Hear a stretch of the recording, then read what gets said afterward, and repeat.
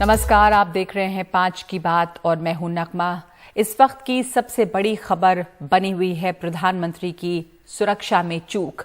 पंजाब के फिरोजपुर में कल प्रधानमंत्री की सुरक्षा में हुई चूक को लेकर बीजेपी काफी आक्रामक है और कांग्रेस की घेराबंदी में जुटी है। प्रधानमंत्री नरेंद्र मोदी ने आज राष्ट्रपति रामनाथ कोविंद से मिलकर कल पंजाब में सुरक्षा में हुई चूक की जानकारी दी। राष्ट्रपति ने प्रधानमंत्री की सुरक्षा में हुई चूक पर चिंता जाहिर की है।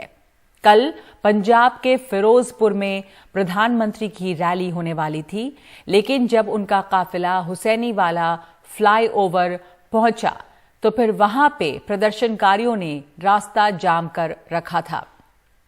करीब 20 मिनट फ्लाईओवर पर रुकने के बाद प्रधानमंत्री का काफिला वापस बठिंडा एयरपोर्ट पर लौट आया। इस बीच प्रधानमंत्री के दौरे को में जो सुरक्षा की चूक हुई है उसे लेकर पंजाब सरकार ने एक उच्च स्तरीय कमेटी का गठन किया है। इस कमेटी में जस्टिस मेहताब सिंह गिल और गृह मामलों के प्रधान सचिव अनुराग वर्मा शामिल होंगे। कमेटी को 3 दिन में अपनी रिपोर्ट सौंपनी है। इधर ये मामला सुप्रीम कोर्ट भी पहुंच गया है। एक याचिका दायर हुई है जिसमें पीएम की सुरक्षा में हुई चूक की गहन जांच की मांग की गई है। सुप्रीम कोर्ट कल इस मामले की सुनवाई भी करेगा। और इन सबके बीच मध्य प्रदेश के मुख्यमंत्री शिवराज सिंह चौहान ने प्रधानमंत्री के लिए भोपाल में आज महामृत्युंजय मंत्र का जाप भी किया है। तो आप ये तस्वीरें देख रहे हैं जहां पे महामृत्युंजय जाप हो रहा है प्रधानमंत्री की स्वास्थ्य के लिए, प्रधानमंत्री के कुशल कौशल के लिए। और ये शिवराज सिंह चौहान ये महामृत्युंजय जाप करा रहे हैं। ये इस बीच में याचिका जो है सुप्रीम कोर्ट में दायर कर दी गई है।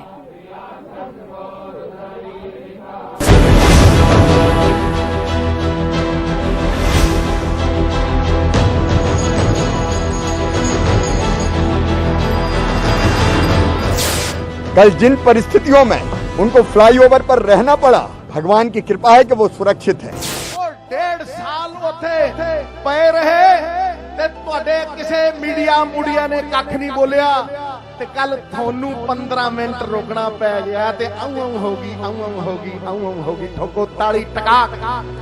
ਪ੍ਰਧਾਨ ਮੰਤਰੀ ਆਪਦਾ ਬਾਈ 에ਅਰ ਆਊਗਾ, ਹੈਲੀਪੈਡ ਬਣਿਆ ਹੋਇਆ। ਇਹ ਅਸਲ ਵਿੱਚ ਸਾਥੋਂ ਸੜਕ ਖਾਲੀ ਕਰਵਾ ਕੇ ਉਹ बीजेपी ਵਾਲੀਆਂ ਬੱਸਾਂ ਲਗਾਉਣ ਦੀ ਇਹਨਾਂ ਦੀ ਚਾਲ ਹੈ।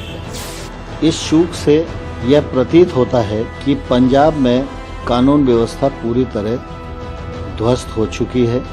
देश के प्रधानमंत्री अचानक एयरपोर्ट से निकल के ये तय कर लें कि नहीं अब हमको बाई रोड चलना है, तो ऐसे कोई प्रोग्राम नहीं उठते।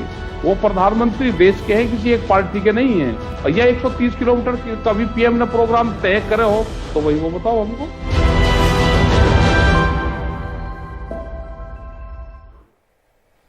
तो इस सवाल ये जो है बना हुआ है कि प्रधानमंत्री की जो सुरक्षा में चूक हुई है उसके लिए जिम्मेदार कौन है। हमारे साथ मौजूद हैं आलोक शर्मा, प्रवक्ता कांग्रेस, और विकास पांडे, बीजेपी समर्थक। साथ ही हमारे साथ जुड़ेंगे पूर्व आईपीएस ऑफिसर सीपाल सिंह। आलोक शर्मा, आपसे सवाल पहले, प्रधानमंत्री की सुरक्षा में चूक गंभीर विषय है, इसकी जिम्मेदारी किस पर है?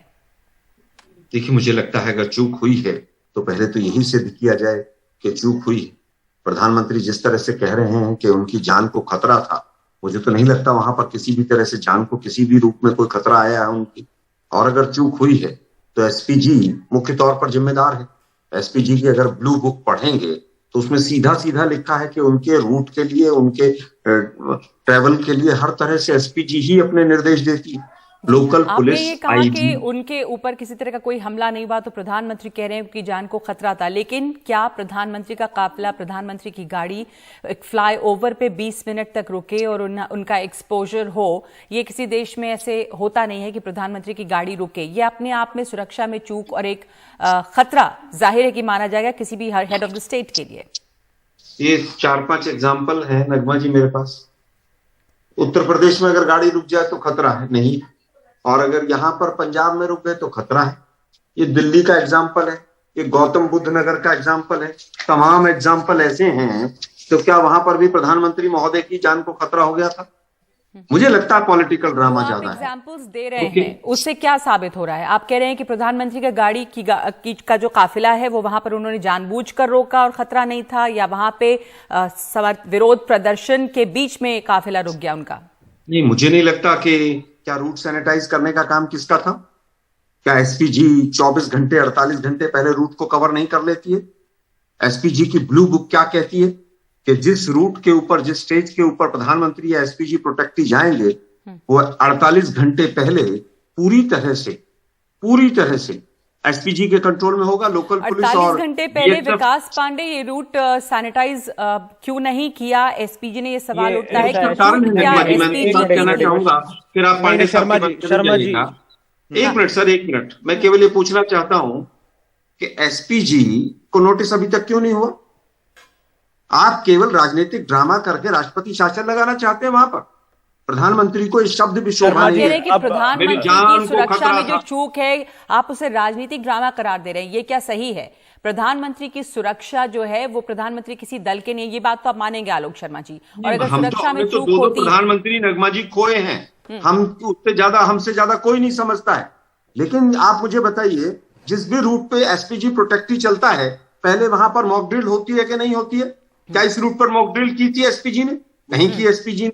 क्या वहां क्लियरेंस एक डीजीपी की तरफ से इसका जवाब दे दें? आपसे सवाल पूछें। शर्मा जी आपका बहुत देर से हो रहा है। नहीं आपने आलोक जी आप बहुत देर से बोल रहे हैं, अब मेरे को जवाब देने का मौका दीजिए। आपसे मैंने सवाल पूछे, विकास जी को बोलने का मौका दीजिए। जी बताइए विकास पांडे। आलोक जी, पिछले 7 सालों से क्योंकि कोई टेररिस्ट अटैक्स नहीं हुए तो आपको लगता है कि इस समय कोई खतरा नहीं हो सकता? ऐसा ठीक है, सोचना भी चाहिए कि मोदी जी की सरकार में इतना सिक्योर आप महसूस कर रहे हैं।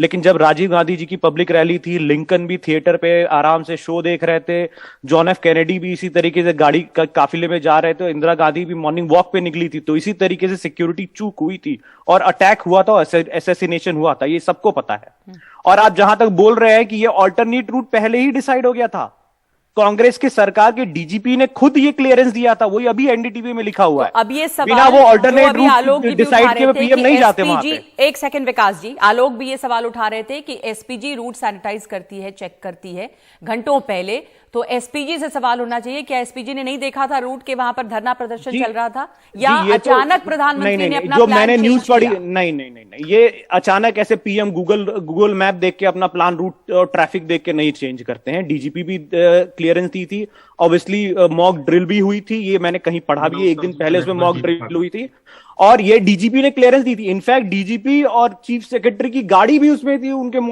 काफिले में, वो लोग आए नहीं। तो सबसे बड़ा सवाल ये है कि ठीक है, आप जो भी सोचना हो, सबसे पहले तो शर्म से आप लोगों को सॉरी मांगना चाहिए, हाथ जोड़ना चाहिए और इन्वेस्टिगेशन में पूरा कोऑपरेट करना चाहिए।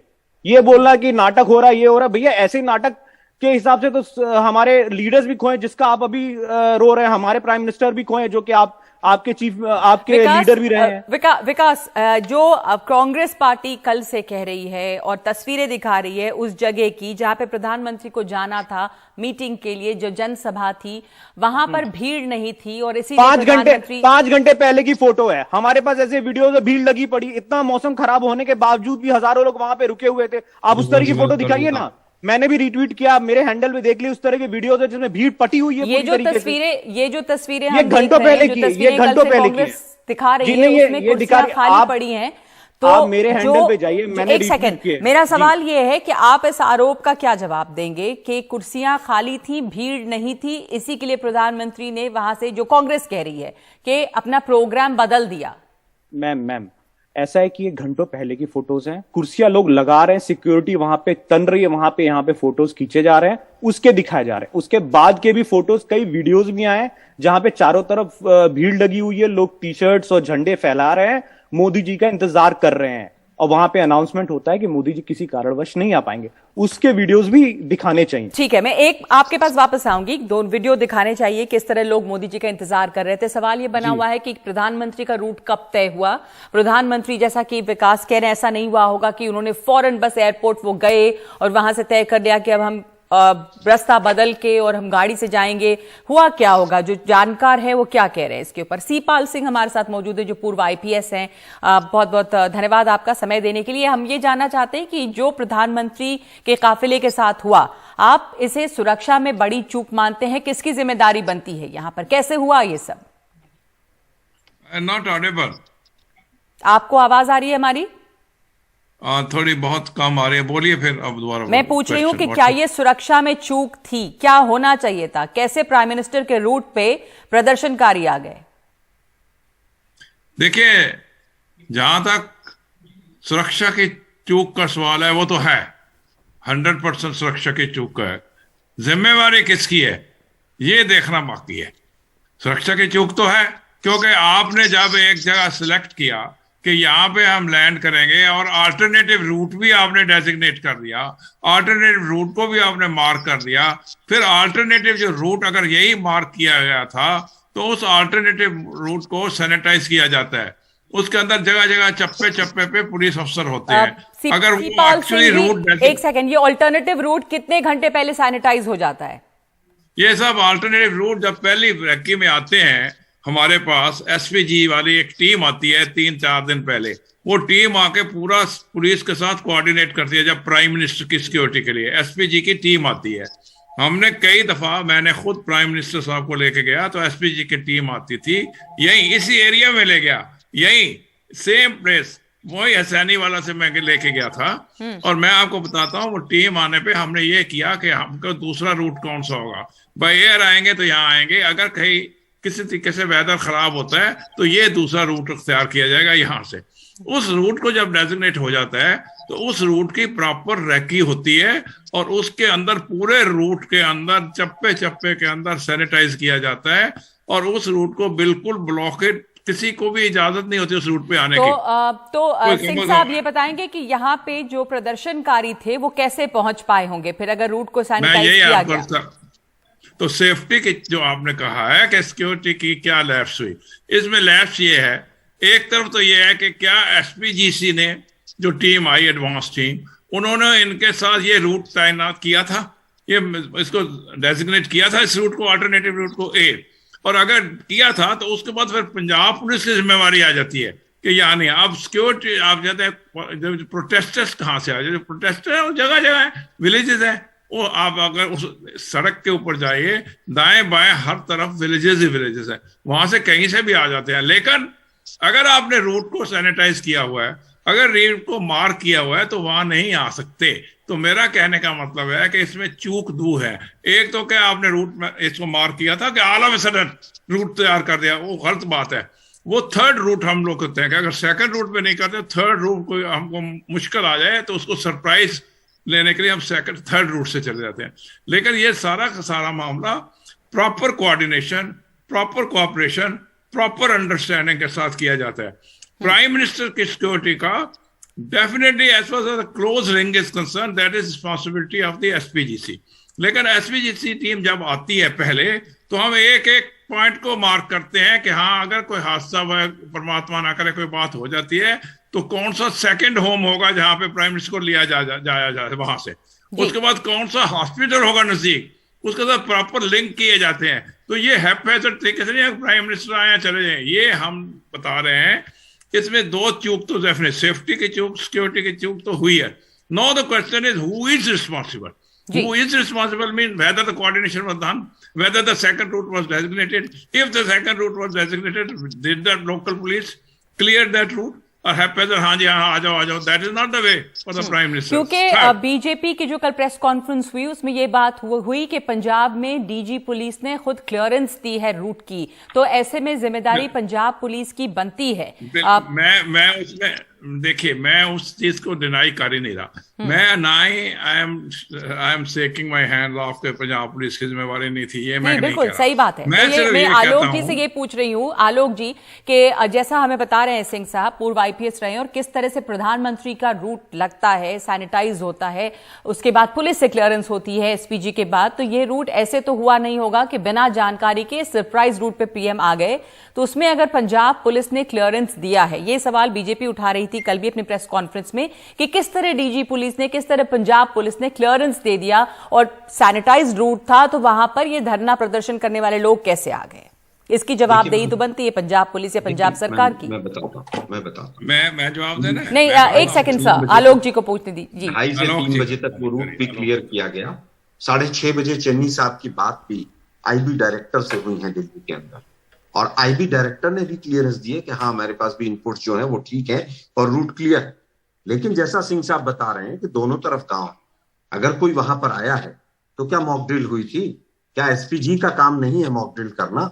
आप कहते हैं कि साहब एसपीजी ने तो कोई जिम्मेवारी है ही नहीं।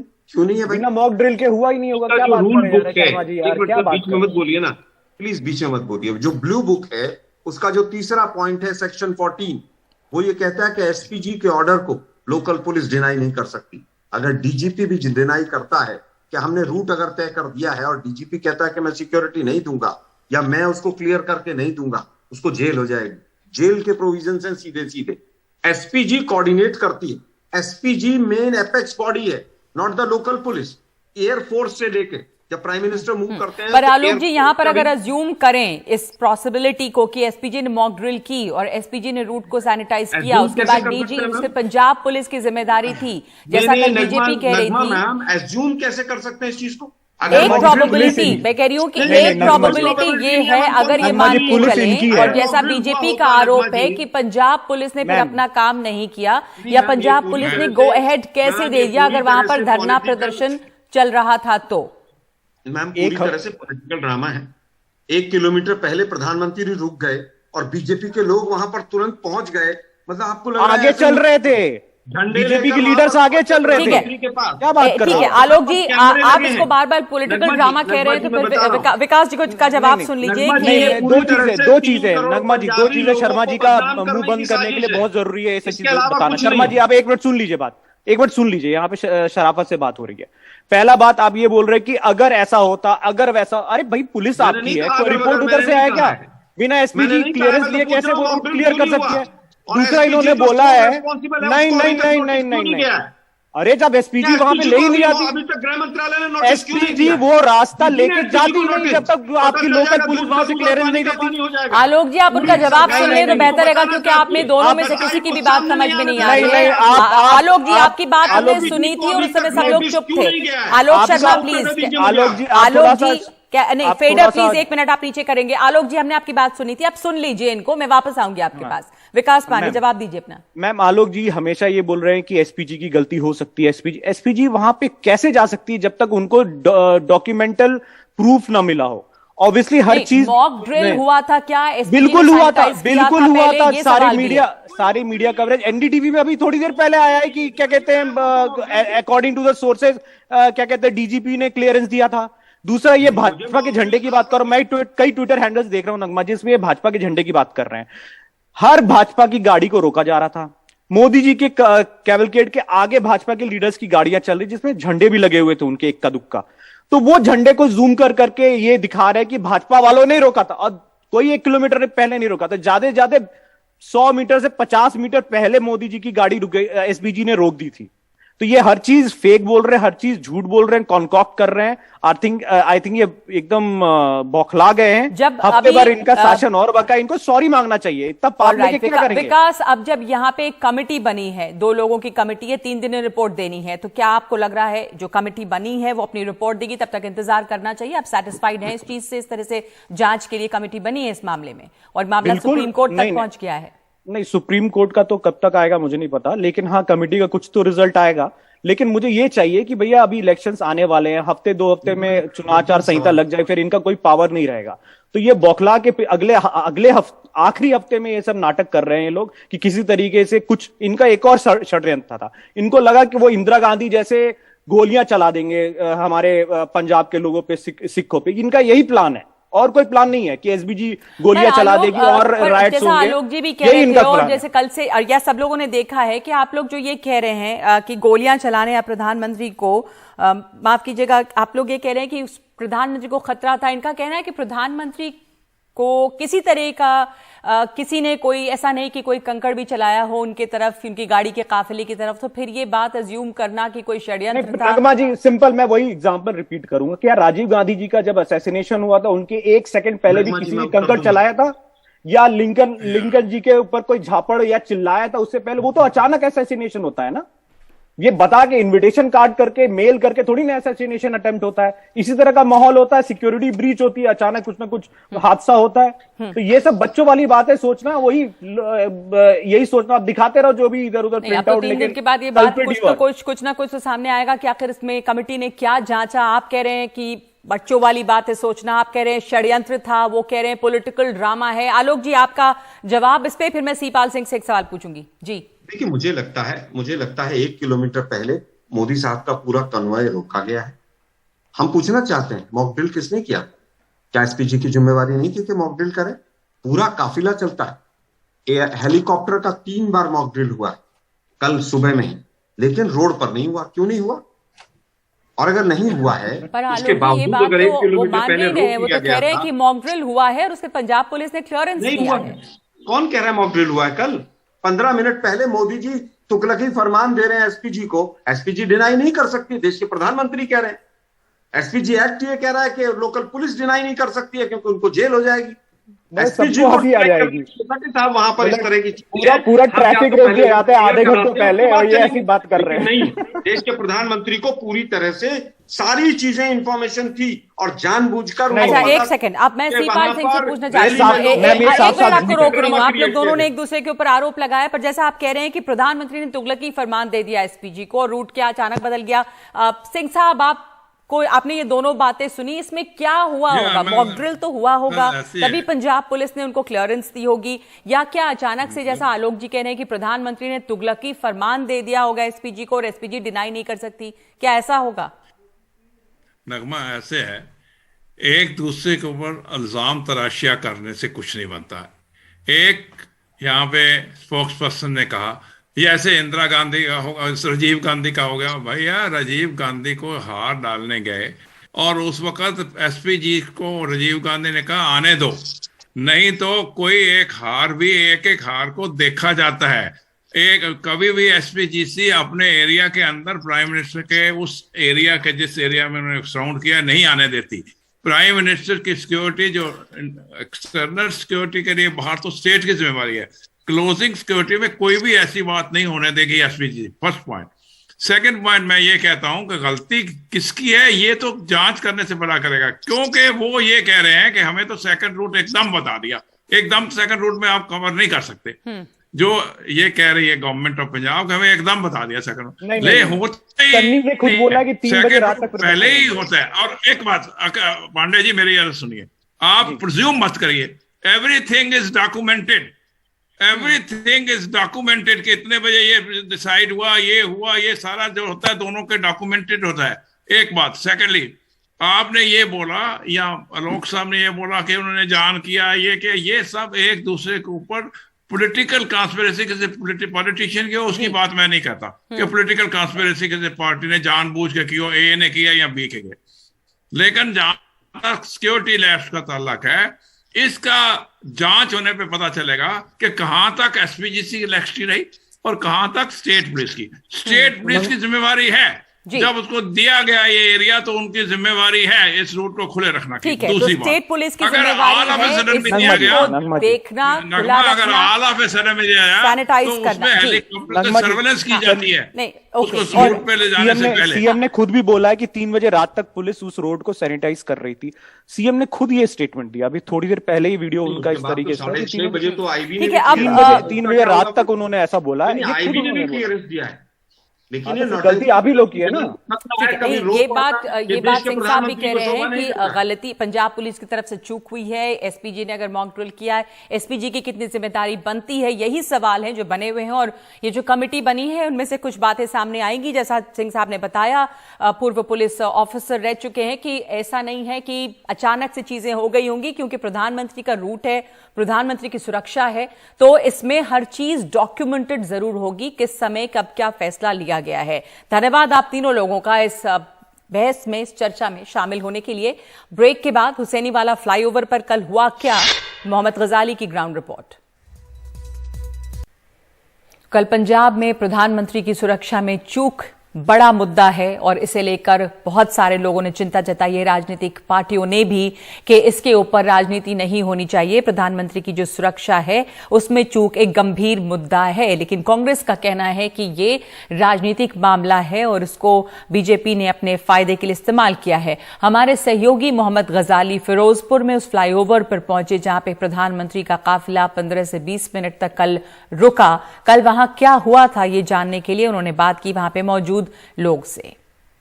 आप अगर मेरे बाईं तरफ देखें, इस तरफ जहां से ये लोग खड़े हैं, ये मोगा की तरफ रास्ता जाता है। ये हाईवे है जो फिरोजपुर मोगा को कनेक्ट करता है। अब इस तरफ मेरी दाईं तरफ ये वो सड़क है या ये फ्लाईओवर है, हाईवे है जो फिरोजपुर की तरफ जाता है। इसी स्ट्रेच पर जहां पर अभी हम खड़े हैं और मेरे पीछे आप देख सकते हैं कि बीकेयू क्रांतिकारी, जिसके सुरजीत फूल सूबे के प्रधान हैं, प्रदेश अध्यक्ष कह लें, इनकी जथेबंदी थी या इनका ग्रुप था जिन्होंने प्रधानमंत्री को इस स्टॉप पर रोकने पर मजबूर किया। ये वो इलाका है, ये वो स्ट्रेच है हाईवे का। मैं थोड़ा आपको दिखाने की कोशिश करता हूं कि यहां पर जहां पर ये किसान खड़े हैं, यहां पर मुख्य प्रधानमंत्री का काफिला रुक गया और यहां से करीब आप दूसरी तरफ दिखाना चाहूंगा, जहां पर अगर आप दूर देख सके, यहां से करीब 100 मीटर कह लें या जैसा किसान बता रहे हैं, उस तरफ प्रधानमंत्री का जो किसान है वो बैठे थे। अब मैं इन लोगों से बात करने की कोशिश करता हूं, जो किसान यूनियन के लोग हैं, इनसे समझने की कोशिश करेंगे कि क्या ये यहां पर अचानक पहुंचे या क्या इनको जानकारी थी कि प्रधानमंत्री यहां से जाने वाले हैं। हाँ। जीरा जी, आप थे यहां पर, ये थोड़ा क्लियर करें कि इस इलाके में, इस फ्लाईओवर पे आप लोग कब पहुंचे? यहाँ तकरीबन 11:15 बजे हम यहाँ पहुंच गए थे। हाँ। और जब हम जा रहे थे, जो प्रधान जी ने बताया, हमने तो फिरोजपुर जाना था डीसी दफ्तर को। वहां तो आप देखिए थोड़ी दूर आगे 500 मीटर जाके पुलिस ने हमें रोका कि आप आगे नहीं जा सकते। तो हमने कारण पूछा तो वो बोले कि आगे प्रधानमंत्री जी की रैली है तो आप वहां घुस के कोई गड़बड़ करेंगे। हमको रोक लिया तो हमें वहीं बैठ गए, हमने पूरा जाम लगा दिया क्योंकि आगे जाने नहीं दे रहे थे। तो जाम लगने के कारण जितनी भी बीजेपी वालों की पीछे गाड़ियां आ रही थी, बसें आ रही थी, वो सभी रुक गई और यहाँ पूरा ट्रैफिक जाम हो गया।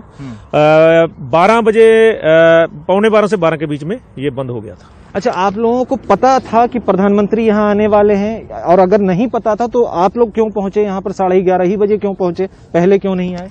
नहीं, देखिए, हमारा तो जो धरने का टाइम होता है किसानों का, ये पक्का ही है कि 11 बजे इकट्ठा होते हैं सब गांव घर से और 11 बजे चलते हैं। यदि हमको ना रोकते यहाँ तो हमने तो डीसी दफ्तर पहुंच जाना था।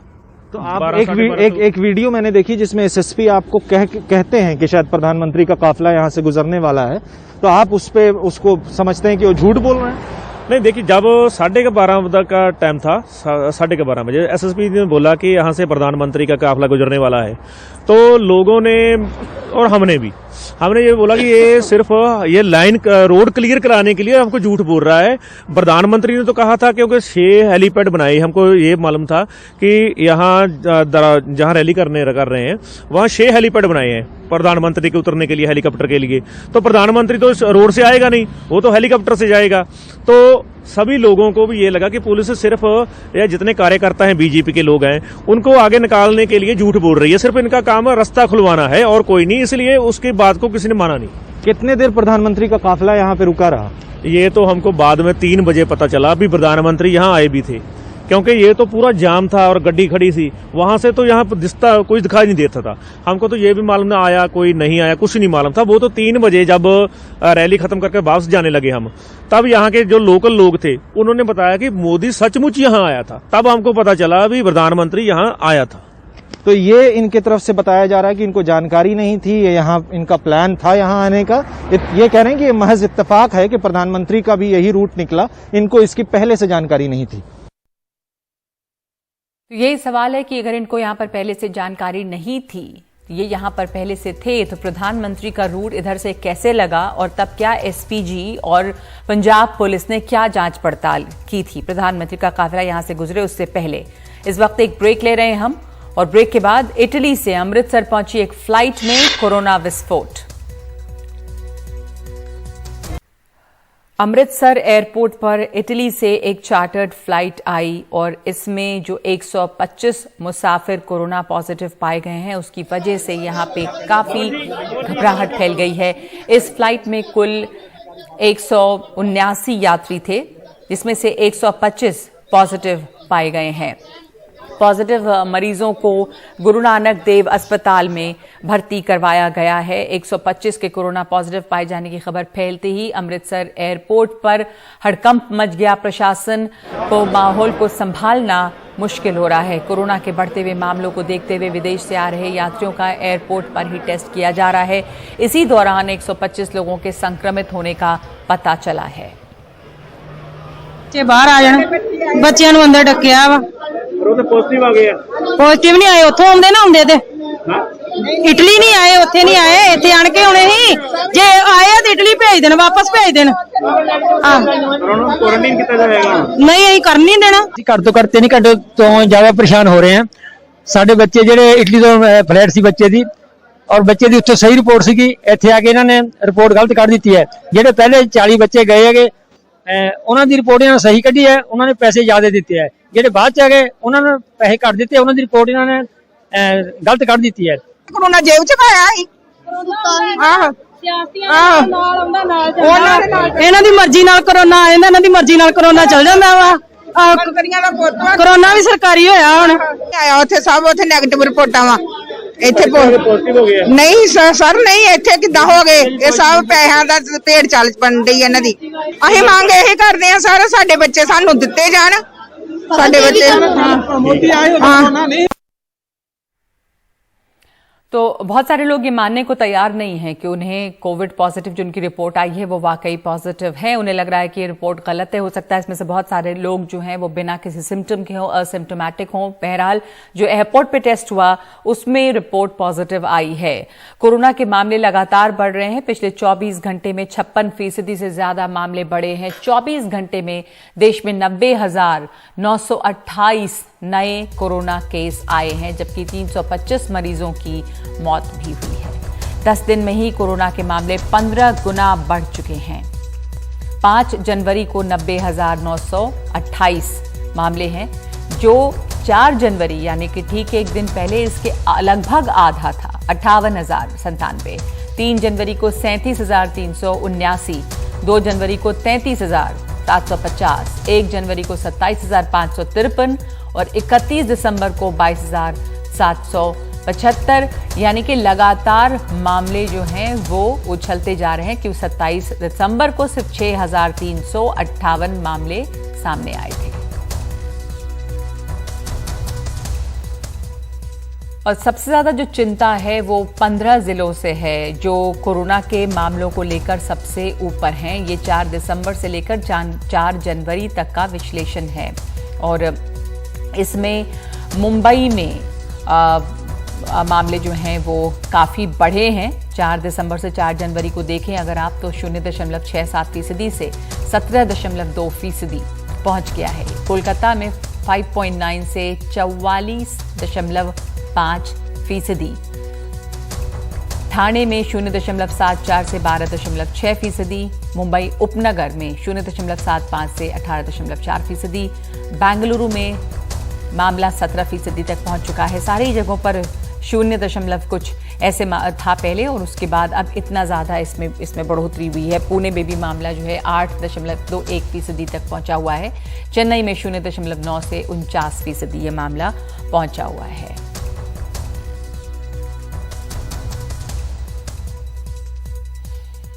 और असम में बीते 10 दिनों में कोरोना के मामले 5 गुना बढ़े हैं। ऐसे में राज्य सरकार जरूरी सुविधाएं बढ़ाने में जुटी है। गुवाहाटी में एक पार्किंग की जगह पर 200 बेड वाले कोविड आईसीयू कॉम्प्लेक्स तैयार किए जा रहे हैं। हमारे सहयोगी रत्नदीप चौधरी की खास रिपोर्ट। पिछले 10 दिनों में असम में भी कोविड के संक्रमण के मामले तेजी से बढ़ रहे हैं और 5 टाइम्स जो इजाफा हुआ है पॉजिटिव केसेस में, और इसके चलते अब राज्य सरकार तैयारी में जुट गई है। हम इस वक्त गुवाहाटी मेडिकल कॉलेज अस्पताल में हैं और ये देख सकते हैं, ये तस्वीरें वहाँ के ये नए आईसीयू का तस्वीर है, जो कि हमारे कैमरा पर्सन संजय चक्रवर्ती आपको दिखा रहे हैं। किस तरह से जो बेड्स तैयार हैं, वेंटिलेटर्स तैयार हैं। गुवाहाटी मेडिकल कॉलेज अस्पताल सिर्फ असम का ही सबसे बड़ा मेडिकल कॉलेज नहीं है, पूरे उत्तर पूर्व का है। आप देख सकते हैं यहाँ पे मेडिकल स्टाफ अब इसकी तैयारी कर रहे हैं, जबकि असम में अभी कोविड हॉस्पिटल बेड्स 8,000 से भी ज़्यादा अवेलेबल है और सिर्फ 5% बेड्स की यूटिलाइजेशन हो रही है। मगर जिस तरह से देश के बाकी हिस्सों में कोविड के मामले बढ़ रहे हैं, उसको मद्देनजर रखते हुए असम सरकार पूरी तरह से तैयारी में जुट चुकी है। और ये जो तैयारी हो रही है, ये तैयारी हो रही है, ये आईसीयू है, 100 बेडेड आईसीयू है, जिसको कि कोविड के लिए डेडिकेटेडली यूज़ किया जाएगा। और सबसे ज़्यादा अगर ओमिक्रॉन रिलेटेड केसेस को हॉस्पिटलाइजेशन या फिर आईसीयू की ज़रूरत पड़े। मगर ये जो आईसीयू कॉम्प्लेक्स है, ये आईसीयू कॉम्प्लेक्स पहले एक पार्किंग लॉट हुआ करता था। तो किस तरह से सरकार धीरे धीरे से इनोवेटिव आइडियाज यूज कर रही है। पार्किंग लॉट को कन्वर्ट किया गया है आईसीयू कॉम्प्लेक्स में।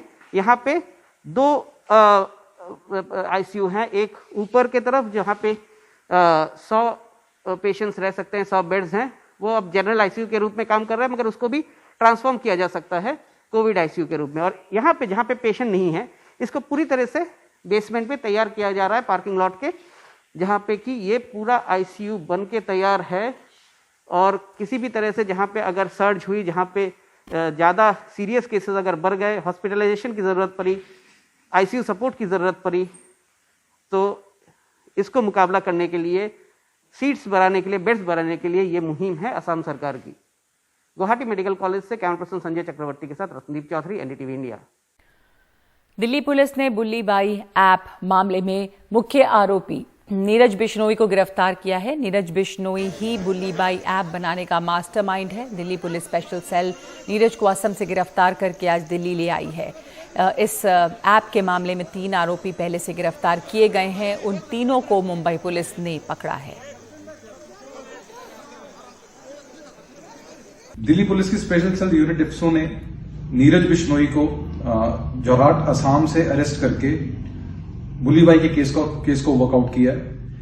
नीरज बिश्नोई वो कैरेक्टर है जिसने बुल्ली बाई एप्लीकेशन गिटहब पे बनाई थी और इवन बुल्ली बाई अंडरस्कोर नाम का ट्विटर हैंडल भी बनाया था। इसके बाद इसने उसको प्रोपोगेशन के लिए सोशल मीडिया प्रोपोगेटर्स को दिया था। बट मास्टरमाइंड, क्रिएटर एंड उसकी एविडेंसेस उसके फोन से और उसके लैपटॉप से मिल चुकी है। इसने जितने भी प्रोफाइल्स अपलोड किए थे उनकी डिटेल भी इसके लैपटॉप से मिल चुकी है। ये आज जोरहाट से दिल्ली लाया जा रहा है और इसको आज कोर्ट में पेश करके इसकी पुलिस कस्टडी ली जाएगी और फर्दर इन्वेस्टिगेशन और फोरेंसिक एग्जामिनेशन इसकी गैजेट्स की होगी। तो इस वक्त 5 की बात में इतना ही। नमस्कार।